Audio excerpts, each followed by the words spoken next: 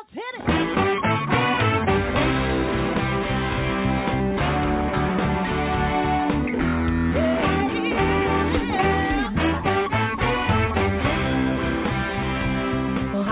And welcome to Alzheimer Speaks Radio. I'm your host, Lori LeBay, and I'm so excited that you're joining us today.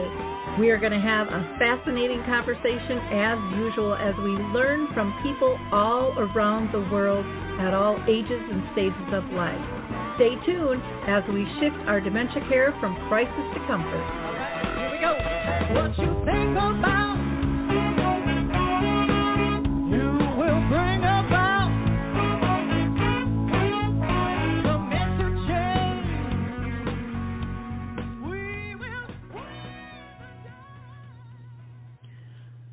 Well, hello, everyone, and welcome back to Alzheimer Speaks Radio. I'm your host, Lori LeBay, and we're going to have a great conversation with Ellie Peterson today about meditative movement. But for those of you that are new to our show, I just want to tell you a little bit about us. Basically, my mom had dementia for 30 years, and I thought we needed to do things different and use various platforms to be able to reach people. So our goal is to shift dementia care from crisis to comfort around the world by raising everyone's voice, pulling them into the conversation and hearing their side of the story, and getting their ideas, getting their inspiration so that we can all live better and graciously along this disease. Now, today is a live show, and so if you have any questions or comments for Ellie or myself, you can call in at 323-870-4602. That's 323-870-4602. You can always listen later as well. But we hope that you will like, click, and share the show with others because this is an important conversation. I get a lot of questions about our opening music. It's called Clarion Call by the Mark Arneson Band featuring Maya Dore, and you can always download that, on any of your favorite music platforms. Now, before I officially introduce Ellie, I always like to do a few shout-outs. So, one, I like to mention Dementia Map because Dementia Map is a global resource directory that is fairly new, has a wonderful support information, especially during COVID. So check it out. There's 150 different categories. I think you'll be amazed, both as a family member or an individual living with the disease or a professional, what you will find on the site. We're growing all the time. It's free to use. You don't have to sign in. And for those who want to get on, you can have a free listing or an enhanced listing. I'd be glad to talk more with you about that. Just reach out to me at radio@alzheimerspeaks.com. Now, on top of that, I want to also give a shout out to a couple of support groups because I think it's so important for people to be able to connect. So one of them I do is with Arthur Senior Living, and that is called Arthur's Memory Cafe. We do it the second and fourth Wednesday of each month at 1 p.m. Central Time, so that's 2 o'clock Eastern, noon Mountain, and 11 a.m. Pacific Time, and that is virtual. Anyone is welcome to come. Just again, reach out to me on that. Memory cafes are wonderful if you're looking for one in your area. Some have gone back into meeting in person. You can go to the Memory Cafe directory. .com for more information there. Also, I facilitate a group that is in person. It meets monthly here in Shoreview, Minnesota. It's sponsored by Brookdale North Oaks. And, it's all about connecting with others that understand. And we meet the last Wednesday of each month at 10 a.m. at the Shoreview Community Center. Also coming up is an important conference that I think people should attend. It's Compassion and Choices, and they really advocate for end of life and what are your choices. And in fact, they have a special tool if you're dealing with dementia, or if you're like me and it's been in your family, maybe it's something that you want to add to your healthcare directives. Go check out Compassion and Choices. There you'll find out more about their October 6th event. Anyone is welcome to join that. And then on October 21st, We'll be doing a in-person presentation about shifting from crisis to comfort with dementia. That is sponsored by the Waters of White Bear Lake, Minnesota, and that'll be at 4 p.m. Masks are required for that. I have two international conferences I'm just going to speak about quickly. One is the Plymouth International Virtual Dementia Conference. They're going to be talking about the challenges and solutions working in a COVID world, and that is free. The dates for that are October 27th, November 3rd, and 10th. Personally, I'll be speaking on the first day, October 27th, but you can find, again, more information out about that as we get a little closer. And then the last one is the research charity Brace is doing a conference November 2nd. That is also online, and that is entitled Dementia, or Together for Dementia, and they've got speakers just like the other from around the world. I think it'll be a fascinating conversation, so please check that out. We are going to hear from the footbar walker really quick, and then we will be back with Ellie.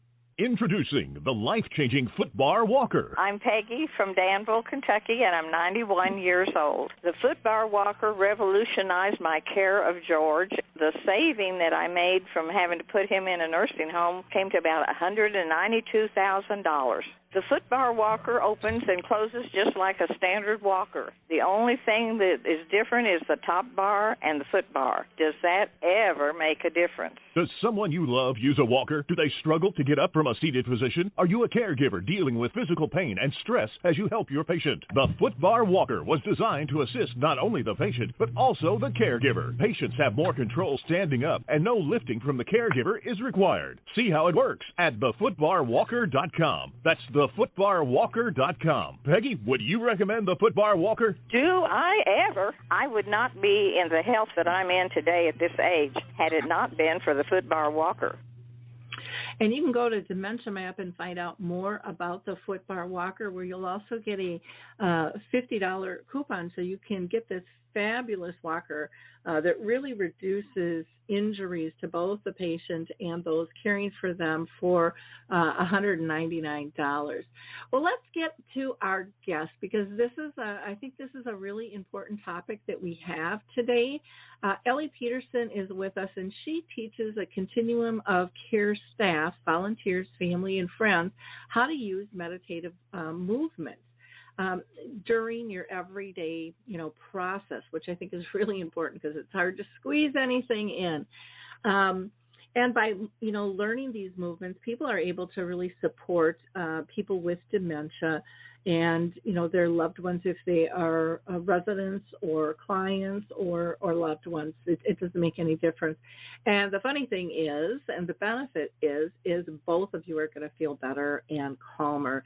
In fact, there was a study done in 2017 by the University of Minnesota, and they found that these simple movements really have big impact by reducing anxiety, depression, and fatigue while improving emotional and functional well-being.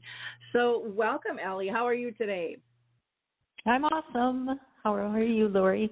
I'm doing great. We're focusing on dementia, but, let's be real, guys. We all need to reduce our anxiety and stress in the world we're living today. There is so much going on, and I know probably 75% of my friends, if not higher, have a hard time even watching the news. So, this is something that will help us all. So I can't wait to dig into this. But first, I always like to ask every guest if they've been personally touched by dementia in their own family or circle of friends. So, Ellie, if you wouldn't mind taking that question first, and then we'll dive a little deeper. Absolutely. So my dad had Alzheimer's, my grandfather as well. Not the grandfather from my dad's side, so it showed up in my mom's lineage as well. And so I'm very aware of the change in the individual. The changes that I experienced obviously were kind of lack of memory and recognition, which can be hard. And then sometimes violent behavior shows up, and that had been the case in some ways. And so really I came from a large family, meaning I have 6 alive brothers and sisters. And so all of us have our different opinions on what to do, and that was important. My mom was alive, so that was helpful from a standpoint of she could be making the decisions about his care, and yet it impacts all of us. How do we embrace the change and take care of ourselves and love the person that is now affected by the disease? Okay. Well, first, I think we should start off with what is, meditative movement, and then we'll get into how does that technique really help others. But why don't you explain what exactly that means? Yeah, a meditative movement involves physical movements. Our bodies are intended to move, and you kind of alluded to that, right? All of us need avenues to do that, easy ways where most of us are very busy and have a lot of commitments. And the movements are designed to be done throughout a routine day. So they're simple, they're adaptable to anyone's physical ability. And then the breath is incorporated. There's lots of studies to show how the breath in and of itself calms you down. And so when we can focus on that gift, because that allows us to be here, we naturally are in sync with life. And then the real differentiator is listening to your own voice speaking. You had shared that, that's the goal really of what you're doing, is to bring all of our voices together. And so the technique uses spoken affirmations. And these are considered core value. It's about affirming your humanness. I am, I believe, I trust. And then how do you want to experience life? And I would say, like, I want to be safe. I want to feel happy. And we can do that. We tend to give our power away. And so there's also movements that help to release, because we know that if we're fearful or angry, they're normal emotions, and yet if we act upon those, it's probably not in the best interest of ourselves or those that we're trying to interact with. Sure. Well, thank you for that definition. I think that helps people out there. Why don't we talk about, the technique itself and how it's used, with the variety of healthcare staff out there. And then I'm sure some of our listeners are families and people living with dementia. They probably want to know how that works for them as well. Sounds good. So continuum of care staff at the facility, so if your loved one is there, activity directors, professionals, anybody actually that works at a facility could do a group class, and I've done that as others have as well, and they tend to be an hour, which most people say, no, our people with dementia can only really keep attention for like a half hour. And that's not true for meditative movements. They actually, I think it's because it's so interactive, they're engaged, and that it makes the difference. And then it can be used one-on-one.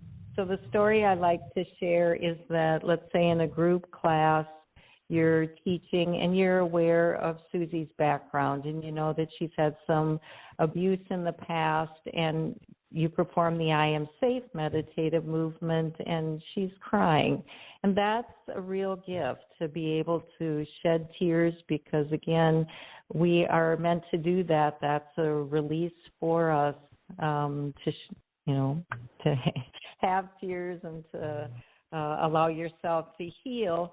And then let's say that you're an activity director or a nurse, and you go back into her room and you see that she's anxious, you could perform the movement again. And Lori, you brought up that they're short, they're like 2 to 4 minutes, so it's something that's very quick that you can do.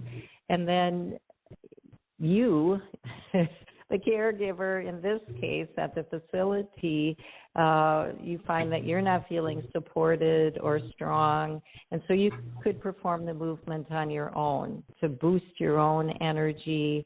Maybe you need to do a releasing one to let go of something because you're frustrated with how things are going, and yet, again, that's not the energy you want to be giving. So it can be used in at a facility that way. And then a lot of people that I come in contact with, friends, loved ones, they like learning the technique so that when they're with their loved one in whatever capacity, they know too that if someone's getting anxious or asking a question a lot, they have a way to redirect the attention in a way that is helpful. Wonderful. Yeah, it's so critical that it's short and kind of flexible to be able to slide into your day. And then mixed with the breathing. I do a lot of breathing when I get anxious. Just take those deep breaths. And, I'm always telling people it's amazing how that can just shift your whole body, mind, and heart in just, a few short seconds, doing something naturally. It doesn't cost you anything. You can do it while you're driving the car or doing a task. All of those things are so important that to have that simplicity. What kind of feedback are you getting from people? Because I know that like communities and stuff, you actually have a certificate program that they can go through so that they can do these trainings and stuff themselves. What kind of feedback are you getting, and how long is that program? Some of them are hours and hours, and others of them don't take that long. So what's the process of your certification, and then what are you hearing back from people? Yeah, it's short. It's an hour and a half, and it depends on who you are and what you want to accomplish. With the pandemic, I've reduced the training to 3 movements, ones that you can do, again, with any ability. And you would learn the technique, then practice on your own. And they are simple. A lot has to do with your learning style, like how long do you want to practice. And a lot of the people that are providers at a facility really want to internalize it. And so you get the video and written directions as well. And then you can test out. You can answer some simple questions. So if somebody else asks you about it, you know the answer. And it's simple, like the research study that you referenced. And then it involves a community building as well, an opportunity to share kind of stories and connecting. And the feedback, I'll go because you had a 2-part question. One is I wanted to share that I was at a class and I was ready to leave. It was an hour class. And Jane, who is one of the residents, said, "What are you going to do today?" And I said, I don't have a lot on my calendar. And Carol's sitting next to her, and she said, "Well, I know you will be safe with whatever you do." And that really warms my heart because I have, for example, Gary was in class, and we're doing the I Am Safe meditative movement, and he asked the question, is somebody going to come in here and shoot us? And I answered, no, you're safe. And so when we are challenged, right, mentally, thoughts come up, the past can come up, and so when we're aware of that, the goal for all of us are to be in the present moment, and that's actually a gift that dementia people I would offer have, is that they are more present in the moment, and yet how our brain works, it has associations. And so the I Am Safe meditative movement is a great one that can be done. And according to Melissa, who's an activity director, she said it makes a huge difference on the residents' energy level and behavior, helps them feel grounded and centered. And she likes to use the technique in the afternoon when they're starting to feel more agitated and might have upset feelings. And then I'll finish with Cammie Bryant, who's a certified dementia practitioner with Teepa Snow's program. She said that she was really looking for a movement program and one that could be used at any level, and she considered it's not overwhelming. And I think that's why it's easy for people with dementia to practice for a longer period of time. She considers it's failure-free. And she said they love doing the movements.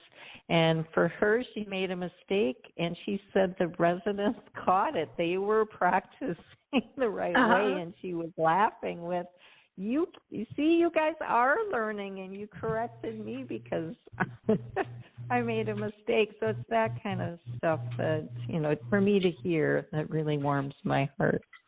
Yeah, those are, when you know that people get it and they feel the belief in what you're doing, they see with their own eyes, they feel with their own heart what is happening, and the resolve and the calmness that it brings and the connectiveness.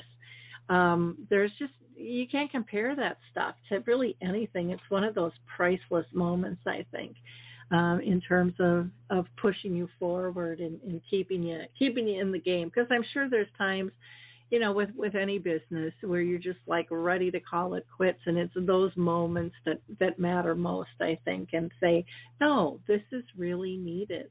And, no matter what is happening, we're all dealing with COVID, and life has gotten topsy-turvy, or, even the one person said, am I going to get shot?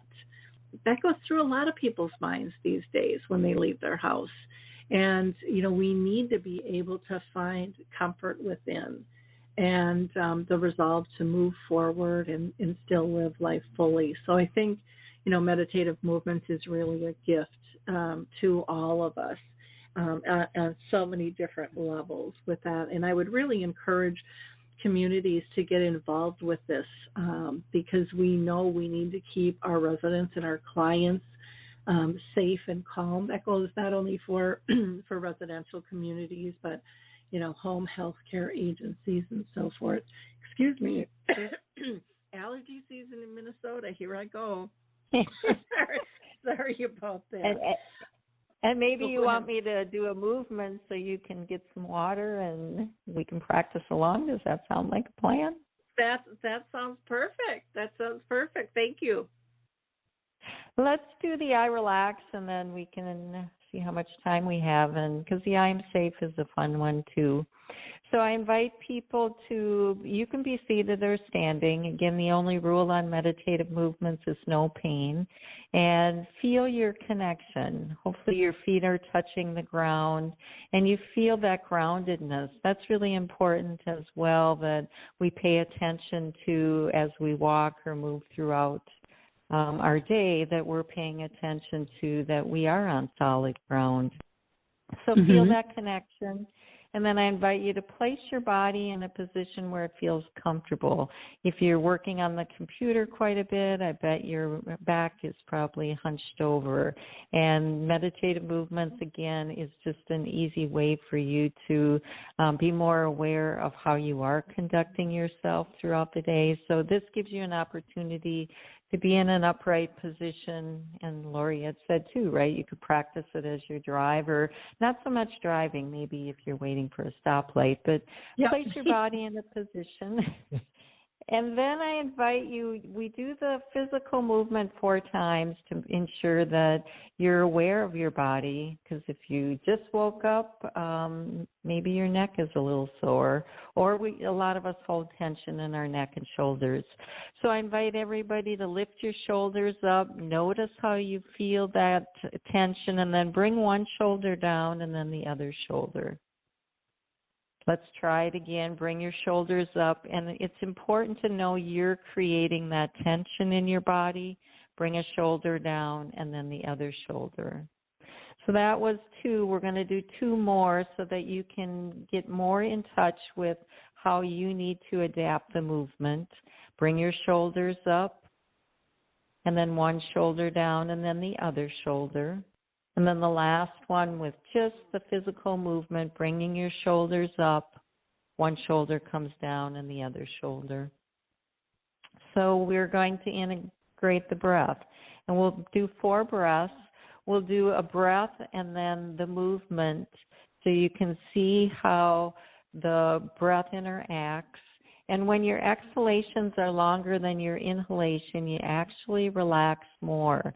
So I invite you to do the movement slowly because we're going to be stationary. So we're going to take a deep breath, inhaling. Exhaling, you bring your shoulders up and then bring one shoulder down and then the other shoulder. So let's try it again. Another breath, inhaling. Exhaling, bringing your shoulders up, feeling that tension that you're creating. Bring one shoulder down and then the other shoulder. So each time you do that, I hope you're feeling the relaxation. Again, the muscles are able to move and your bones, your whole body is responding. We're going to do two more with the breath and the movement. We're going to inhale. We're going to exhale, bringing the shoulders up, one shoulder down, and then the other shoulder. And then last one, we inhale. Exhaling, bringing the shoulders up, one shoulder down, and then the other shoulder. Now what we're going to do, Lori and guests, we're going to add the affirmation. I shared a little bit, I think already, that they're core value affirmations. And the reason is that there's different types, like you can affirm that, oh, my business is just thriving. And that's an outside behavior-based something that you're affirming. Or somebody can say, wow, this meal you cooked is awesome. And that's fun to hear. The technique is about affirming yourself so that you're not behavior-based, meaning that, like, if you put all of your effort into doing something and that's where you think you're valuable, which, you know, what you're doing is valuable, yet we need to be able to separate that, like, you, Lori, are valuable. You don't even need to do anything else. You are valuable in and of itself. And so that's kind of the idea, is that sometimes we can associate, no, I can only relax if I'm having a drink of wine, or I can only relax if I'm in a hot tub. I can only relax if, nobody else is around. So that isn't how life works. And this technique is about being relaxed and then being able to go throughout your day in that state, so that you can be effective, because when you are relaxed and calm, you really are more effective than if you're anxious or afraid of what's coming. So let's add the affirmation. You're going to speak, and I really recommend you do it out loud. It is important to hear your own voice. And so we'd say I with your shoulders up, and then it's as you bring one shoulder down, it's re, and then as the other shoulder comes down, it's lax. So you can do that a little faster if you want, meaning you like having words together. So, Lori, it gets a little trickier with people listening, right? They're not seeing, although it's on the website. Is there anything that's unclear on from your standpoint that I ought to explain more before we do it? No, I thought you did a nice job. And like you said, it is a little bit more difficult when you're just hearing the audio, and that's, one of the nice things that you have with the video, presentations and stuff and training that you do with that. So, yeah, go ahead. Okay, so we're ready. We know the movement. We've added the breath, and those will stay the same, so we can add the affirmation. So I invite you to take a deep breath, inhaling. Exhaling, bringing those shoulders up, and that's when you say I. One shoulder's down, it's relax. And I'll invite us to just pause, because I want to share a little bit mind-body connection. You can start with your mind and say you're relaxed, your body will follow. You can work with your body and have it be relaxed, and your mind will follow. This is the connection, and hopefully doing both so you kind of get a double hit. So let's try it again. We're going to inhale. Exhale, bringing those shoulders up, owning your own power. I relax. And so did you bring your shoulders a little quicker? That's how I said it. And I'll say it one more time, and then I'll be quiet so those of you that are practicing can hear your own voice, because that's really really important for you to listen to, do you believe what you're saying? So let's inhale. Exhaling, bringing the shoulders up. I relax.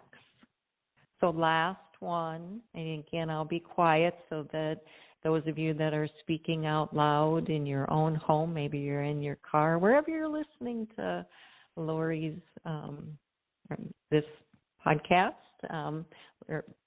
let's take a deep breath, inhaling, exhaling, bringing those shoulders up. And then I do invite you to feel your body. Is your mind relaxed? Is your body relaxed? And then knowing you can go through your day in this state, and if you notice, there my mind's going and telling me I got all this stuff to do, well, it's true that I have a list of things that I want done, yet let's see if I can be relaxed. So again, bringing yourself back into the relaxed state by practicing the movement. And again, people are reporting it's simple, and if you would practice it probably today and tomorrow, you'd have it down. So it is an easy tool to use. You can do it if you're doing it like in a meeting and you're stressed out. Probably don't want to say your affirmations out loud, yet you can bring yourself to that state, just like athletes. They do a whole bunch of physicals. So if you're a basketball player, you practice, you do your shots, but there's so much of their skill that is done mentally, and that's what I'd offer. You practice the movement when you have the opportunity, and then you use it anytime you need it throughout the day because you want to be relaxed. Yep. We all need to be relaxed. We just function better when we're relaxed. We have a better day when we're relaxed. So these things are really such key elements. Now, thank you for sharing those. I think both exercises were really helpful. I want to talk about, there has been some research done on meditative movements, and so there's evidence behind this. Why don't we talk about that research a little bit, if you don't mind sharing that with us? That would be fantastic. Absolutely. There's an organization called Pathways, and I am located in Minneapolis, Minnesota as well. And Pathways offers healing modalities to people with chronic illness. And that can be anywhere from cancer to fibromyalgia to what are some other autism, any of those that kind of fall under that umbrella. And so I worked with individuals. It was a 12-week study. It was a high-end study, meaning that the tools that were used are highly regarded in the field of research. And what we did was introduce people to the technique, and they were introduced to 25 different movements. And they were to practice for 30 to 45 minutes per day. And there were starting points. So before the research project started, they took an inventory of, are you depressed? Are you anxious? And then they did physical movements as well. They also wanted to see if your blood pressure changed and some other factors. And so all of those markers were taken.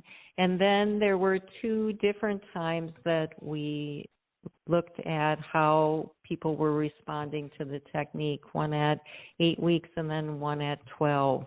And they were seeing changes physically within people. Mentally is the biggest changes that they were seeing, and that's why it has been shown to reduce the anxiety, depression, and fatigue. We get tired when our mind is racing so much that sometimes hopefully you just experienced, you're seeing that the mind-body connection is there, that if your mind is really not in the present moment, you will be physically tired because you're fighting something that doesn't kind of technically even exist. It's just in your mind.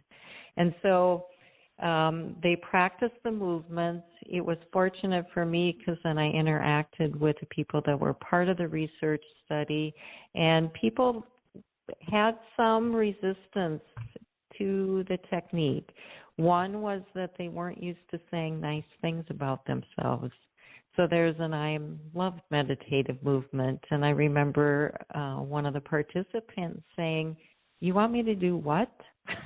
And I said, "I want you to say I'm loved," with the intent that all of us are responsible for loving ourselves first, and yet I'm older and know that that might have been considered selfish. That was, what was the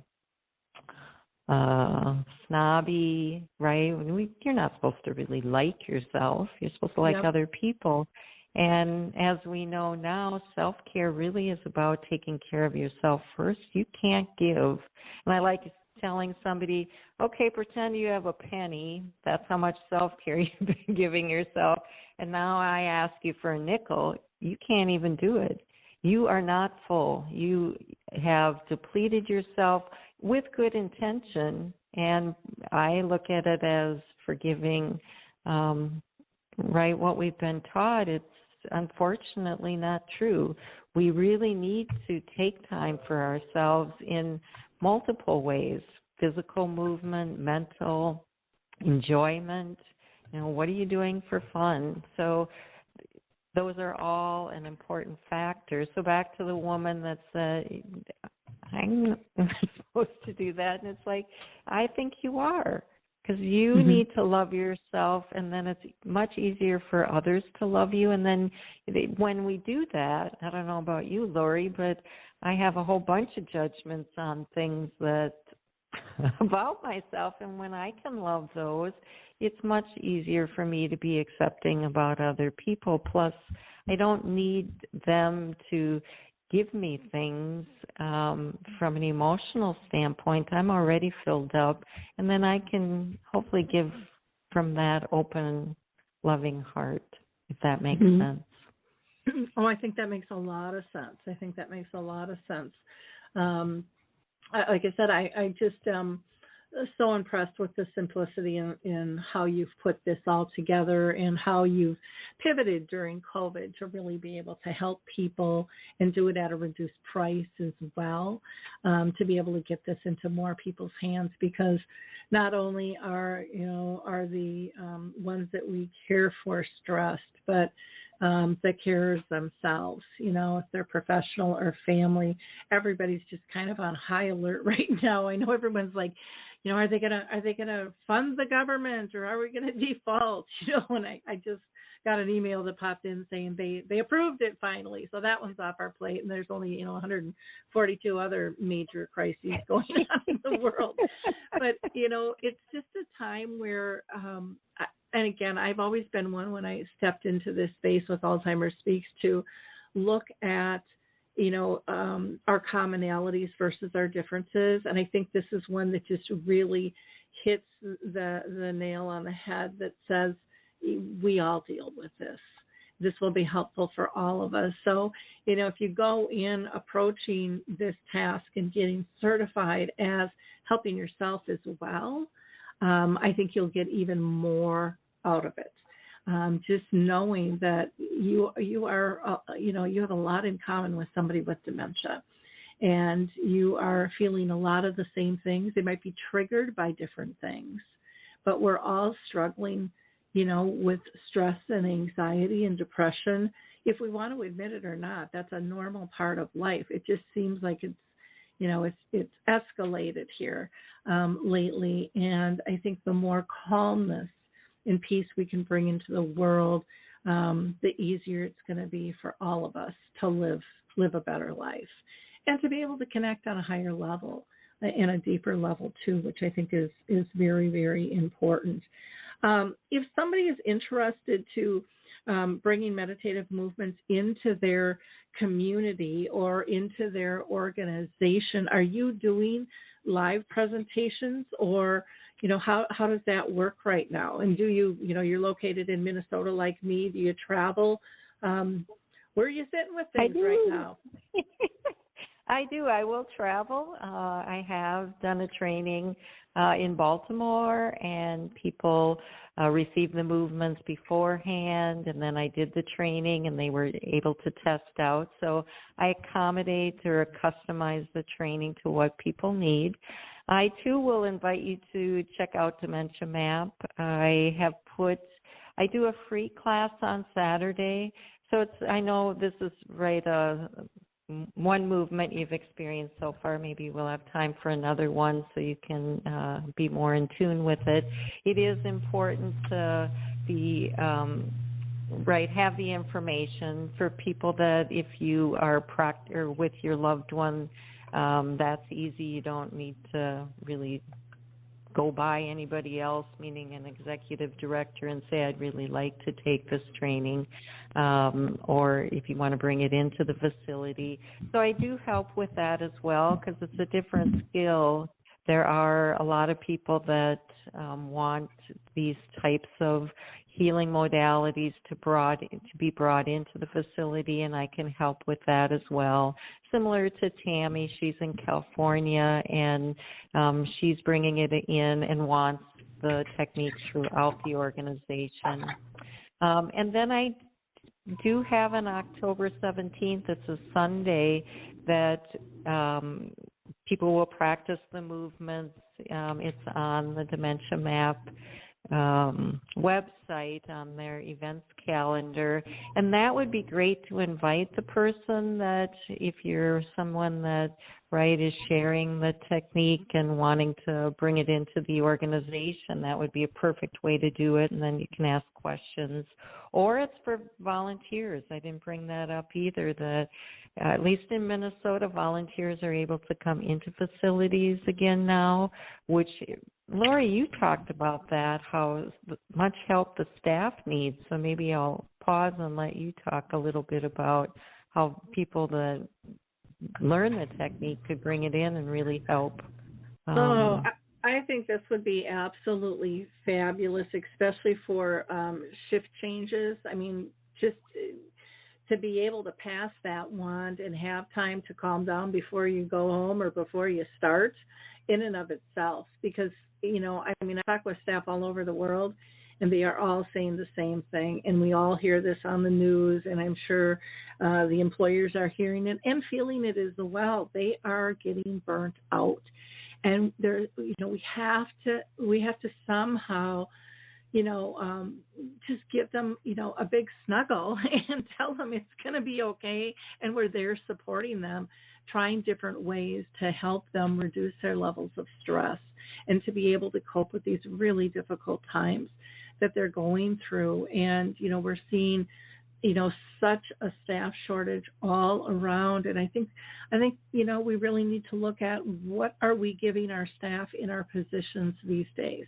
What's missing? And I think some of that are these supportive elements like meditative movement and other things, or, I've created a program called Conscious Compassionate Care that just allows people to be able to vent and talk in a constructive fashion. People need a release, and meditative movements is releasing, our mind, our body, and our soul kind of all at one point in a really easy, adaptable fashion, and one that can be accessed at any time and completed, and giving staff permission to, if they're feeling really stressed, maybe they have to step away for a moment and just get centered and just take that breath and take a couple of moments and, get rebalanced so that they can move forward in a constructive, healthy fashion for everybody.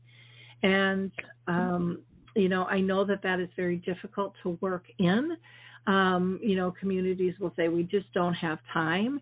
And I guess my attitude is, you can't miss this piece. You're right. All in dire straits out there, and patients and residents and families and your clients are all counting on you.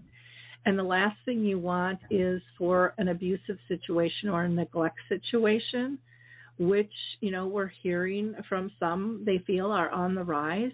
You can't afford that in your reputation.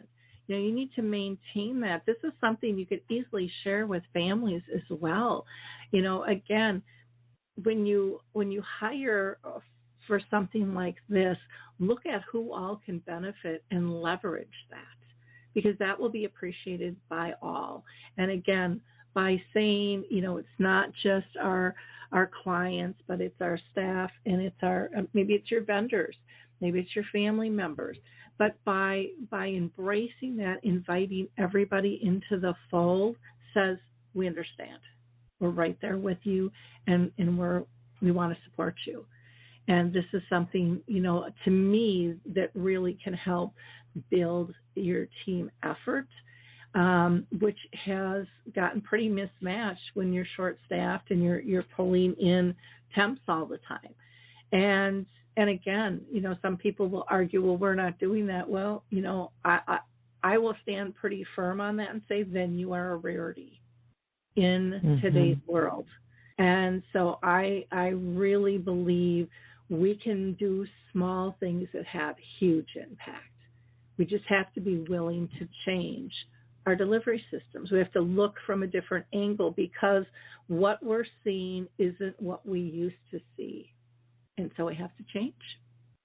We just have to change. Yeah, and I think that's the invitation, right, is that how do we do it together? And that's what I love, right, what you were saying, how the voice is important. And that's with meditative movements, it's the critical piece with owning the I, and those of us that, have the processing and listening. There's a big piece, and that's why I appreciate all that you do and your your different avenues that you're listening to people, allowing them to give voice to what their concerns are. And then so the releasing types of movements are important as well, because when we're feeling resistance to change, and maybe we can do that movement if you want, so people get a sense of that, right, we're used to doing it the same way, and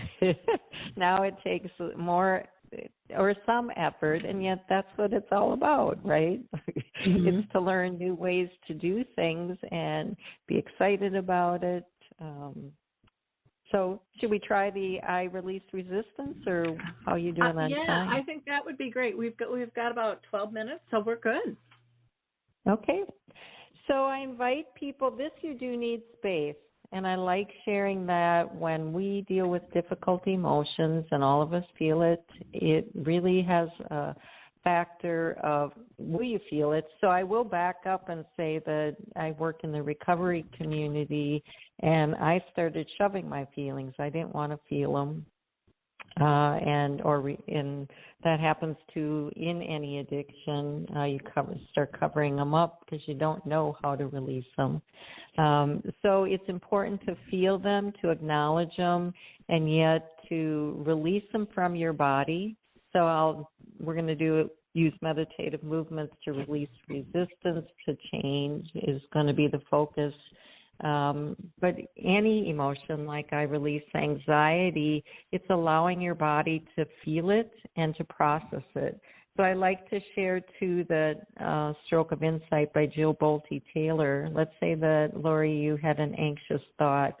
You can expect to feel anxiety in your body, right? That connection that I was just explaining, hopefully people felt on this simple movement, that it takes 90 seconds for that chemical reaction to leave your body.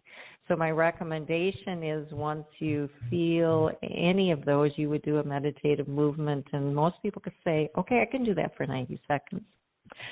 So with that kind of as an explanation, I invite everybody, if there's something you're being invited to change, to view that as we practice the I release resistance.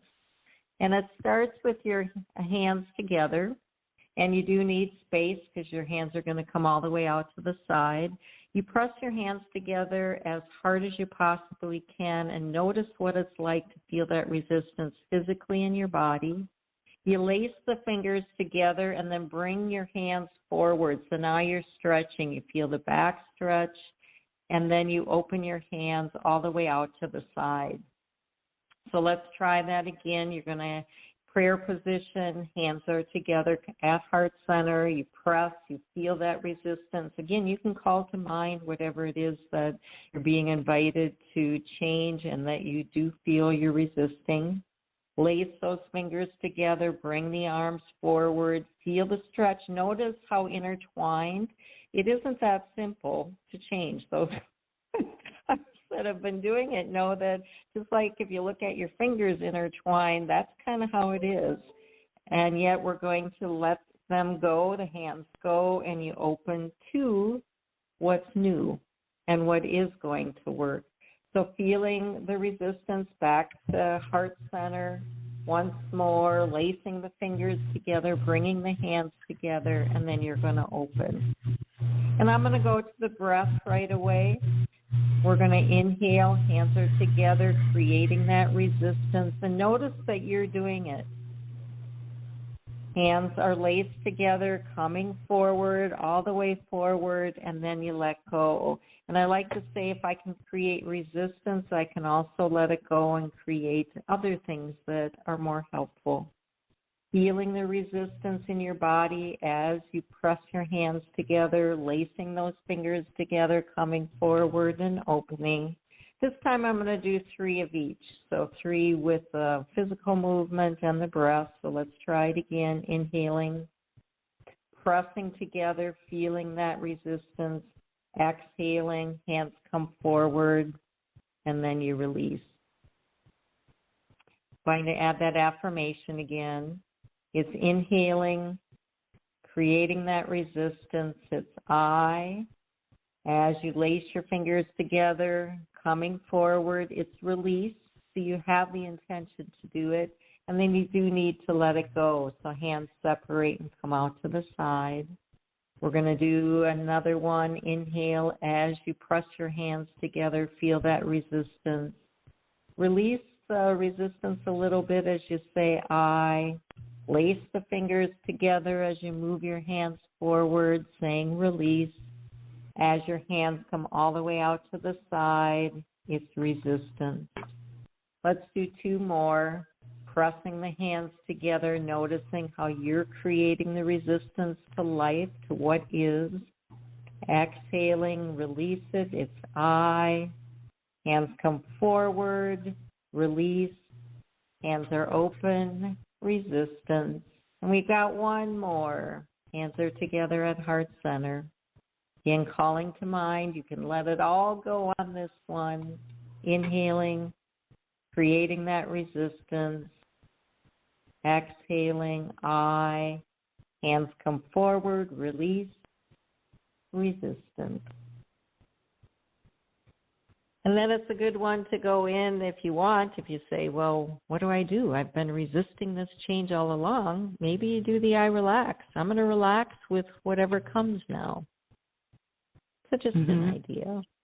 It's beautiful. I mean, I felt the difference just doing it, just that short period of time, guys. It doesn't have to be a lot, to get you moved through. And I felt, and I don't feel overly anxious today, so I can't imagine if I was, but I mean, I just felt a great lift, off my shoulders when I went to release. It just put a smile on my face. And like I said, I'm not feeling overly anxious or anything today, but it was just, it gave me a way to remove that. And I think sometimes we don't slow down enough to know we're even dealing with what we're dealing with because we're so used to stuffing it down and staying in control. But there's such a beauty in being able to let go. And I think it's one of the hardest lessons that we have because as humans, I think we are taught to control everything, and there's just so much we can't, and we need to just move on, and not keep dragging it up and bringing it up. Just going, okay, that was instead of that is. So exactly. Thank you so much.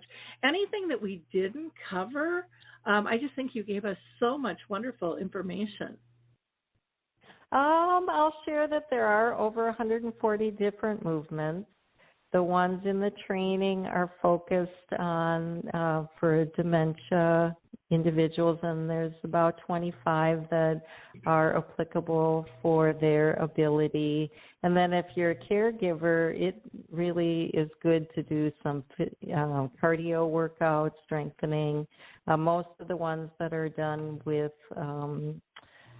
in the dementia space are flexibility and balance, and it does help them too with reducing the risk of falling. And I am really pleasantly surprised, I guess, at they're very aware of their surroundings. And so when I do like the I am supported meditative movement, really encourage them, just like I did, I think, when we did the I relax, to feel your feet on the ground.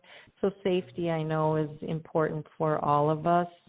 And for them to then really feel that and be in touch with, as they move off of carpet onto some other surface, that they're aware. And this can help them with that as a way to really direct their, because it's body awareness mostly, as when they're moving around, their brain is working as well. So it's that training, and I think the affirmations are a core value in particular, are why they are drawn to the technique, because they're voicing that. They can hear themselves, and so they are reaffirming that.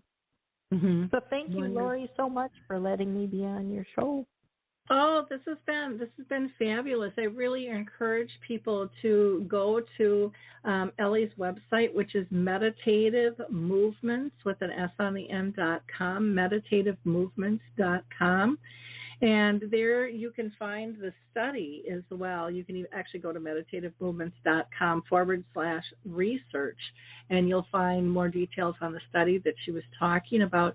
Do you want to give an email or a phone number, or do you prefer people contact you through the website? Yeah, well, I'll do an email. It's Ellie, so ELLIE, at themeditativemovements.com. And my phone number, too, you can reach me, 612-710-3415. Love to connect, and, again, let me know if there's anything I can help with. Wonderful. Well, thank you so much for your time and for the work that you're doing and sharing with the world. You really are making a huge difference, Ellie, and I'm thrilled to have you on Dementia Maps. I would encourage people to go there and look and check out her classes that she's offering. And, again, for communities and businesses, organizations, call her in, let her support you and help you all through this process. And I would imagine you work with businesses outside the healthcare arena as well, because this applies to anybody. Am I correct in stating that? If not, cut me off at the knees. No, it does. I do like creating positive energy in the workplace. And you are right. Everybody's looking for stress reduction activities. Yeah. And that's if your staff are live and in person, or if they're working from home. This can be done through video conference as well. And people working at home, you might not see that they're stressed, and they might not tell you that they're stressed. But it's almost impossible to escape. It's really a given these days. So, again, thank you so much for our listeners. Again, I hope you click, and share this important episode. I think you will, just by listening, get so much out of this. And if you have any further questions or comments, or want to be a guest yourself, just reach out to me at radio@alzheimerspeaks.com. Have a blessed week, everyone, and we'll talk to you next week. Bye now.